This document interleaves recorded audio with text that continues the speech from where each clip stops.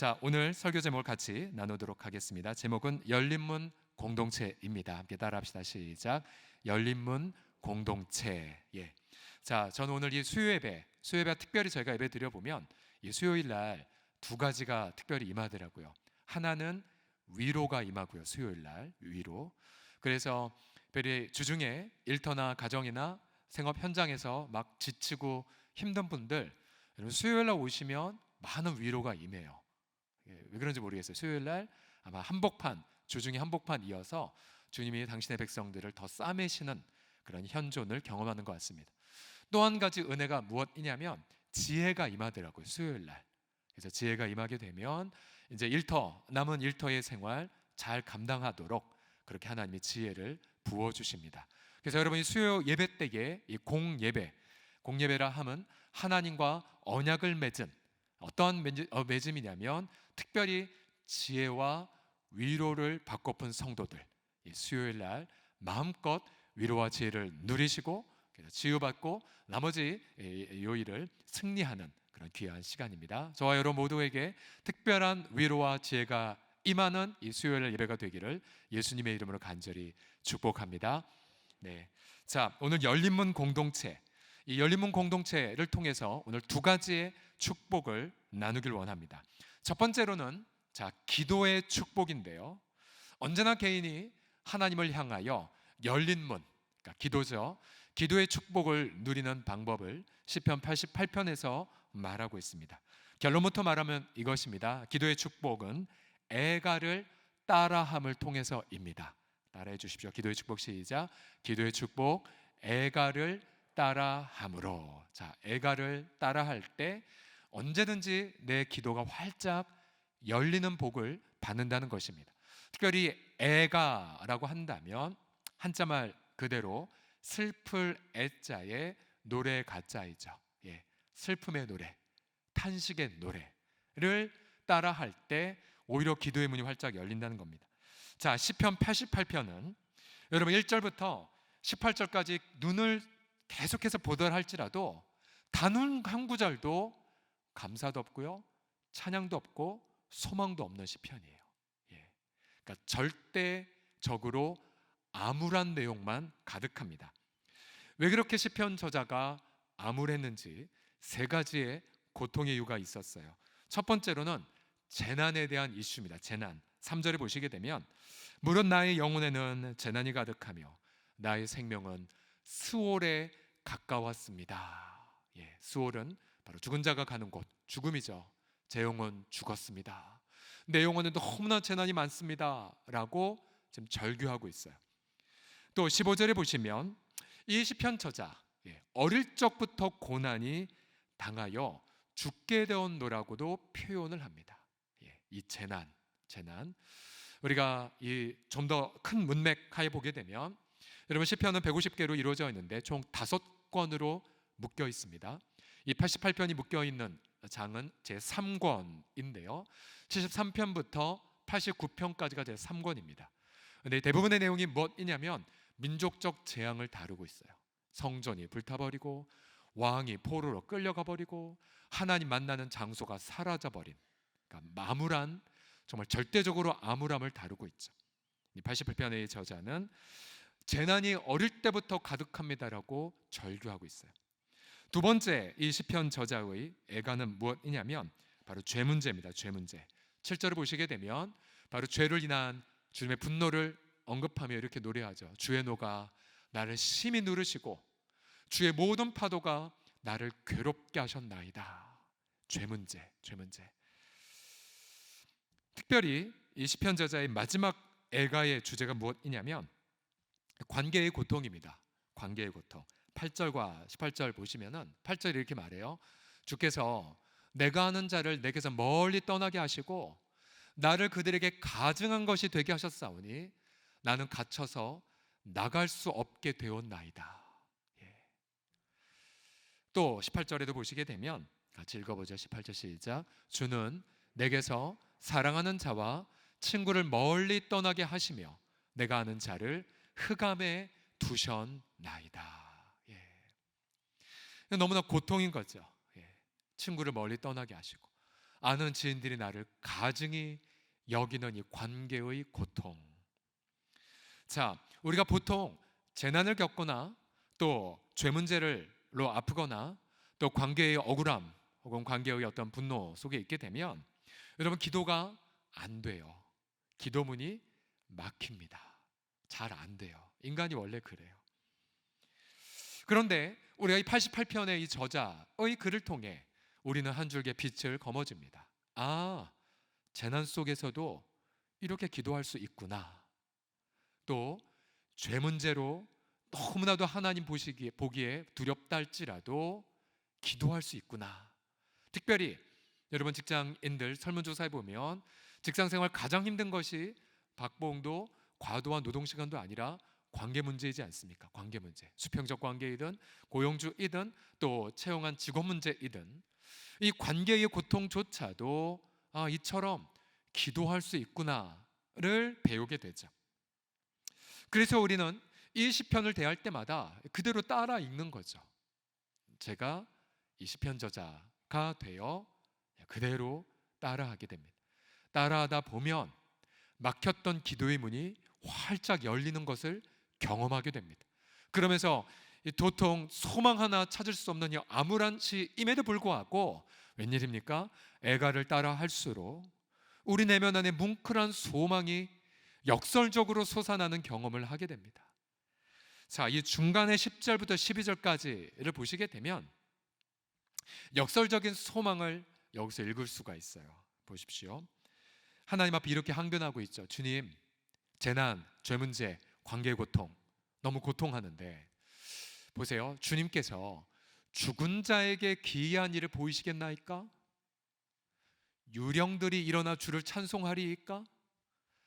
주의 인자하심을 무덤에서 주의 성실하심을 멸망 중에서 선포할 수 있으리이까? 흑암 중에서 주의 기적과 이짐의 땅에서 주의 공의를 알 수 있사오리이까? 라고 질문하고 있어요. 여러분, 저 질문의 해답은 우리가 다 알죠. 없어요. 죽은 자 찬송 못하죠. 무덤에 있는 자 하나님의 인자함을 노래할 수가 없어요. 여러분, 이게 무슨 말입니까? 역설적으로 하나님, 당신은 영원하시기에 하나님, 내가 죽은 자가 되면 당신을 노래하지 못하지 않습니까? 저를 이렇게 죽은 대로 내버려 두시겠나이까? 하나님은 절대 그러실 수 없는 분이시니 주님이 나를 다시 이 재난 중에서 일어나게 하실 줄을 믿습니다. 선포하지 않았지만 저 반문 속에 아마 큰 눈물과 더불어 우리 역설적인 소망을 시편 저자는 고백했을 것입니다. 특별히 88편의 저자 고라자손의 찬송시라고 되어 있죠. 고라자손의 찬송시. 여러분, 고라가 누구입니까? 광야의 반역자의 대명사죠. 그렇죠? 레위 자손이지만 모세와 아론 보고 대들지 않았습니까? 아니, 우리가 다 거룩한데 너만 하나님이 말씀하셨냐? 나는 당신의 리더십을 따르지 않겠소 라고 반역한 무리. 그러자 모세가 하나님 앞에 응답받고는 하나님 앞에 선포했고 결국 이들이 어떠한 징계를 받았습니까? 산채로, 땅이 갈라지고 산채로 수월에 내려간 자가 돼버렸죠. 반역의 대명사예요. 끝나버린 거예요, 이 가문은. 그런데 시편에 보게 되면 곳곳에서 고라자손의 시들이 등장됩니다. 예를 들어 우리가 잘 아는 85편 만군의 여호와여 주의 장막에 어찌 그리 아름다운지요. 고라자손의 시예요. 이게 뭘 뜻하는 겁니까? 고라는, 이 자손은, 무명의 이 자손들은 보았어요.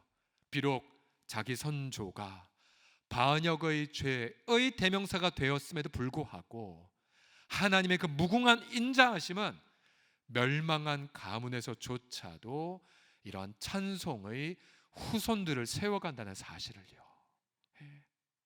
그러니 여러분, 저에게도 해당되겠죠. 저같이 이제 1대 맨 땅에 헤딩했던 1대 세대들이나 또 여러분 부모 세대가 그렇게 자랑할 수 없던 세대, 혹은 부모 세대가 정말 많이 고생했던 세대들, 또 부모 세대가 우상 숭배했던 세대들, 여러분 걱정하지 마세요.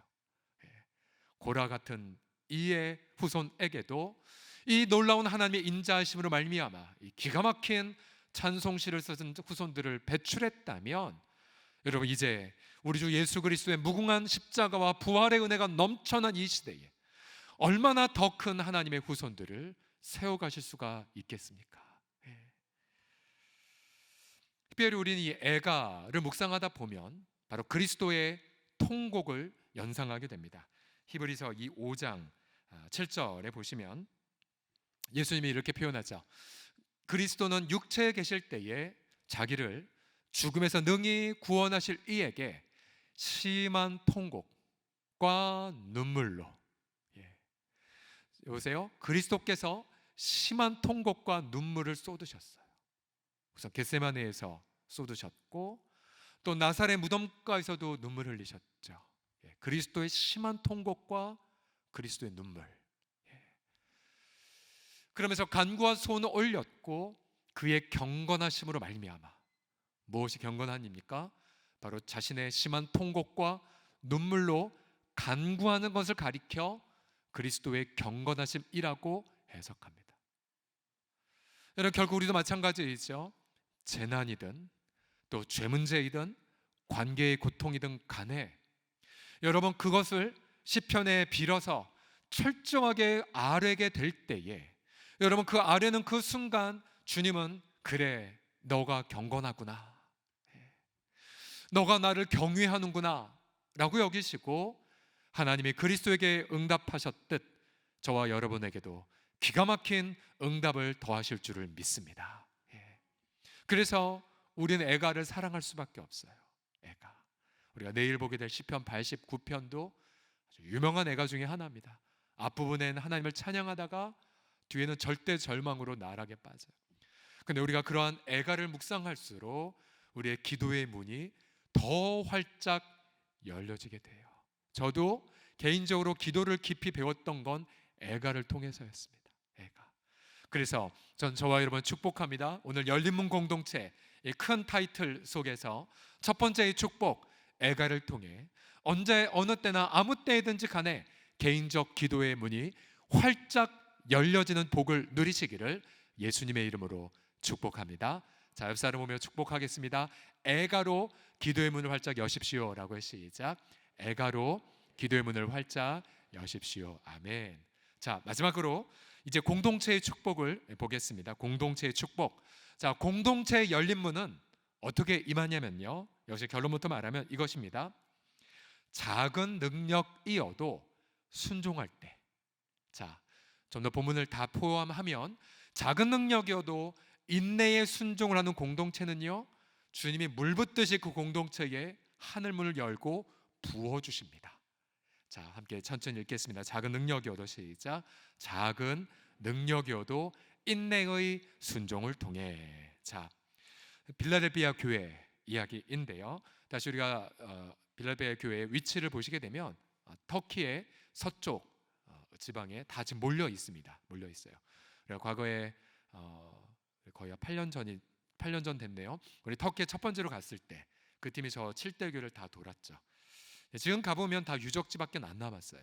다만 현지 선교사님들을 통해서 복음 전도한 제자들의 간증을 밤마다 불러서 들을 수는 있죠. 근데 저 빌라델비아라는 이 지역은요, 지진이 많은 지역입니다.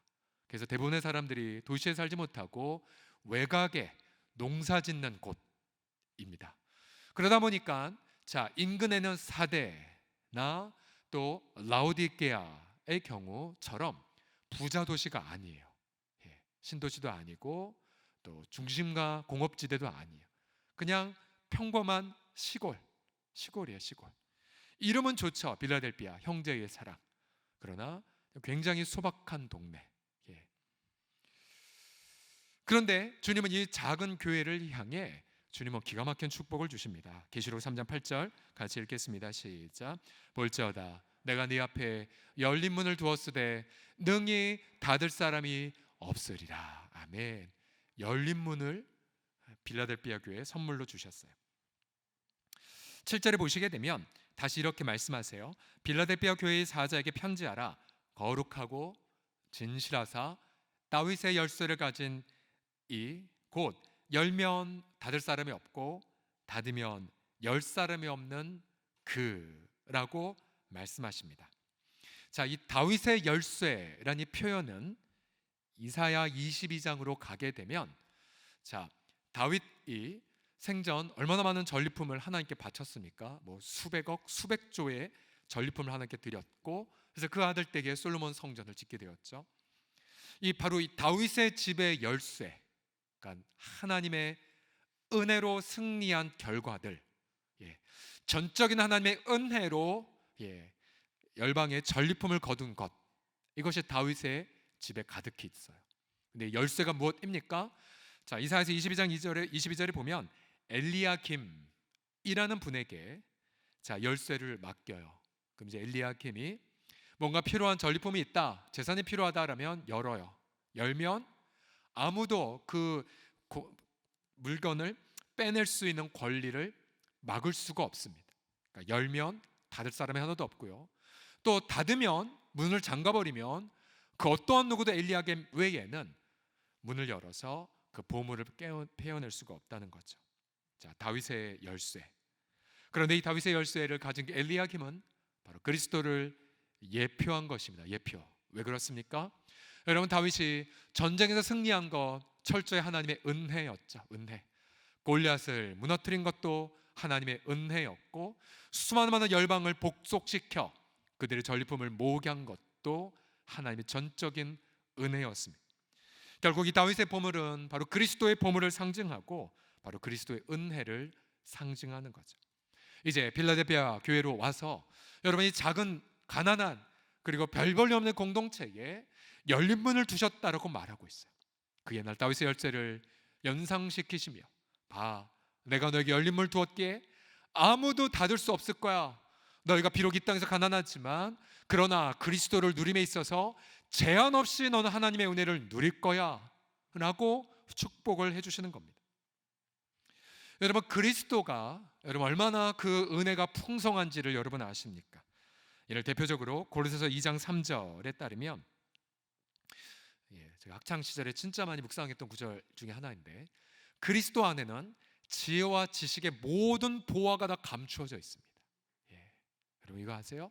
그리스도 안에는 지혜와 지식의 모든 보화가 감추어져 있느니라. 개인적으로 저 말씀 붙잡고 선포했던 학창 시절부터 장학금의 문이 활짝 열리는 걸 많이 경험했어요. 지혜와 지식의 모든 보화가 감추어져 있느니라. 우리가 노인의 명철함보다 여호와를 경외하는 말씀 묵상하는 자가 더 지혜롭고요, 그렇죠? 원수보다 더 능하게 하시는 그리스도의 말씀의 지혜.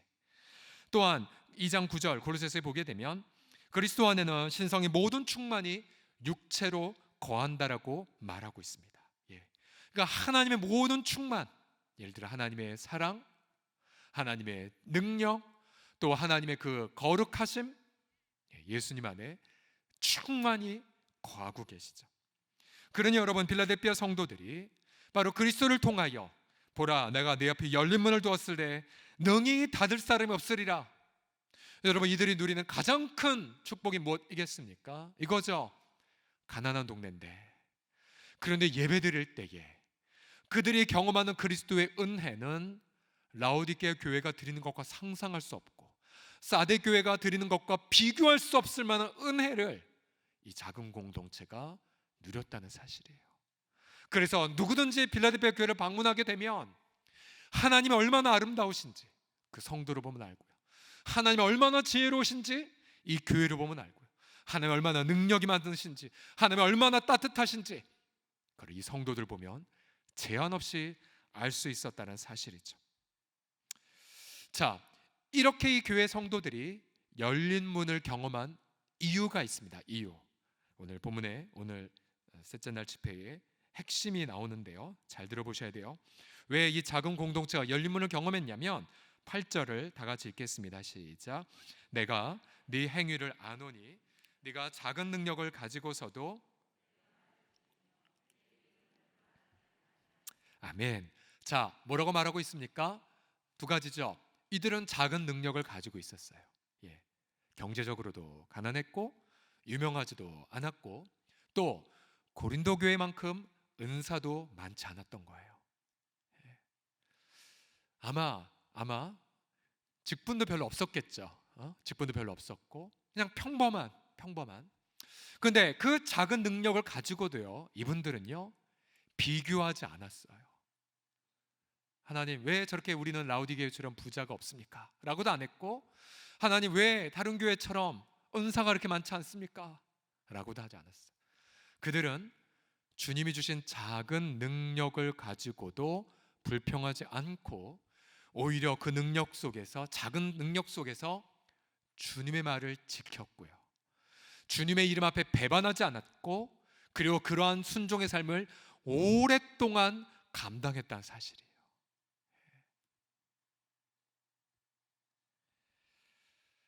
작은 능력을 가지고도 주의 말씀을 지키고 배반하지 않고 인내하는 거, 여러분 이거 쉬운 것이 아니에요.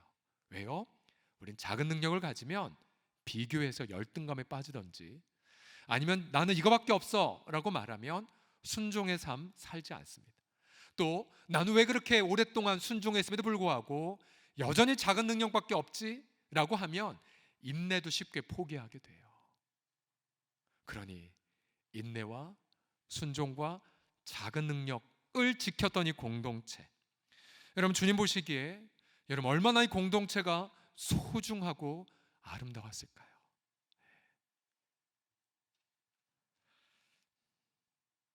글쎄요, 자꾸 이제 본문 묵상하다 보니까 저희 소천하신 아버님이 자꾸 생각이 나는데, 그러니까 뇌출혈 수술 받기 전에 영접기도 하셨고 그냥 13년 동안 이제 투병하셨던 아버님, 설의 집사님으로 결국은 이제 천국에 가셨죠.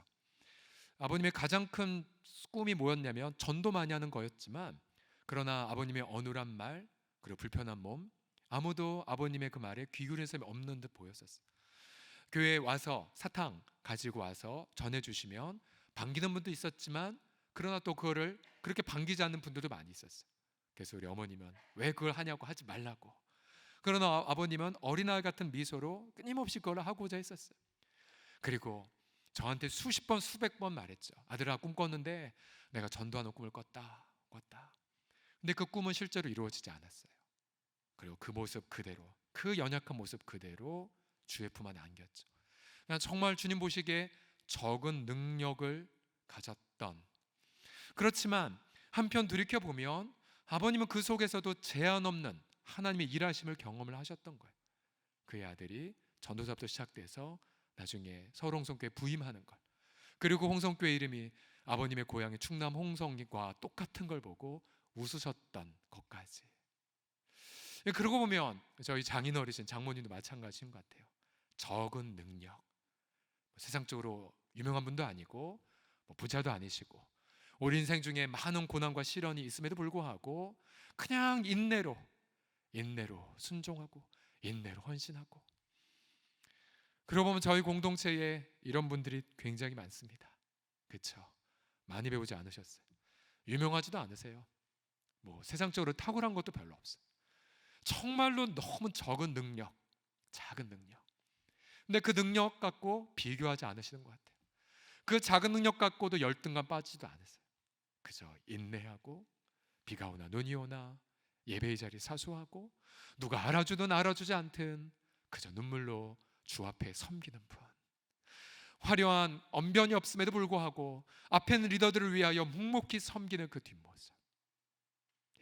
작은 능력으로 인내하고 순종하는 그 모습. 여러분 그 모습 속에 주님은 열린 문을 활짝 두신다는 거예요. 그러니까 제한 없이 하나님의 임재를 누리게 하시는 것을 경험하게 됩니다. 주님은 우리 공동체에도 동일하게 말씀하세요. 그래서 저희 공동체에 있었던 일을 자꾸만 말하면 에베소 교회처럼 행위가 많은데 처음 사랑을 잃어버리는 우에 빠질까 봐 조심스럽긴 합니다만, 그럼에도 불구하고 저희 공동체가 지난 2년 5개월 동안 경험했던 건 이거였었어요. 정말 적은 능력을 갖고 그저 우직하게 인내하고 우직하게 기도하고 우직하게 주의 얼굴을 구했는데, 우리는 하나님의 그 일하심이 제한 없이 부어지는 것을 많이 보았었어요. 우리가 최근에 아름 공동체 6주년 지난주에 맞았어요. 얼마나 소중한지 몰라요. 그 6주년 맞은 영상 보면서 얼마나 감사하고 흐뭇했는지, 거기에 속한 우리 성도들의 그 귀한 섬김, 인내, 또한 그 아름다운 동행을 하는 우리 장애인 지체들까지요. 제가 최근에 행복문화인을 통하여서 여러분, 과거에 저희가 반찬 나눔 몇 가구밖에 못했지만 행복문화인을 통해서 지금 벌써 70가구를 섬기고 있는 거. 또 지난 토요일 날 우리 동네 가족 페스티벌 이르기까지요. 맞아요, 여러분. 작은 능력밖에 없는데, 그런데 비교하지 않고 열등감 빠지지 않고 인내하며 순종한 그 현장 속에 우리 주님 물 붓듯이 부어주시는 것을 우리는 맛보고 있습니다. 자, 이 열린 문을 경험하게 되면 눈에 띄는 열매들이 있어요. 첫 번째 열매가 무엇이냐면 그것은 바로 복음 전도의 문이 활짝 열리는 열매입니다. 자, 3장 9절 같이 읽어보겠습니다. 시작. 보라, 사탄의 회당 곧 자칭 유대인이라 하나 그렇지 아니하고 거짓말하는 자들 중에서 몇을 내게 주어 그들로 와서 내 발 앞에 절하게 하고 내가 너를 사랑하는 줄을 알게 하리라. 아멘. 자, 무슨 말이에요? 대적했던 유대인들이 거꾸러져 예수님 앞에 나왔다는 사실이에요. 전도의 열매, 믿을 것 같지 않은 사람들이 믿어서 그 현장을 통해 하나님이 나를 얼마나 사랑하는지를 확인한다라는 거죠. 전도의 열매, 전도의 열매. 우리가 지난 토요일부터 여러분 복음 전도 시작한 것 아니십니까? 여러분 전도 시작했어요, 지난 토요일 날.